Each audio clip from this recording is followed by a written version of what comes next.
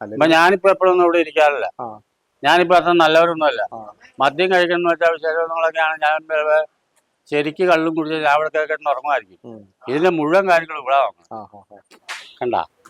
അത് അവളോട് തീറ്റി ചോദിക്കുന്ന പനകൈ കൊണ്ട് ഇട്ട് കൊടുക്കാൻ പറഞ്ഞ ഭാഗമൊക്കെ അതിന് പനകൈ കൊണ്ട് താടി എന്ന് പറയാൻ അറിയാൻ. അതാണ് ആ കാണതേ കണ്ട. ഇപ്പൊ നിങ്ങക്ക് എന്ത് തോന്നും? വലിയ ശല്യത്തിനൊന്നും ചെന്നില്ലെങ്കിൽ ആള് ശാന്തര. ഒരുപാട് ശല്യം എന്ന് പറഞ്ഞാൽ പുറമേ നിന്ന് ആൾക്കാരും ചെന്നാൽ ഓടിച്ചു അടിച്ചോട്ടുക ചെയ്യും. അനുഭവമെല്ലാം ഉണ്ട്. പിന്നെ പറഞ്ഞ സീസണിലാണ് പുള്ളിക്ക് മതം.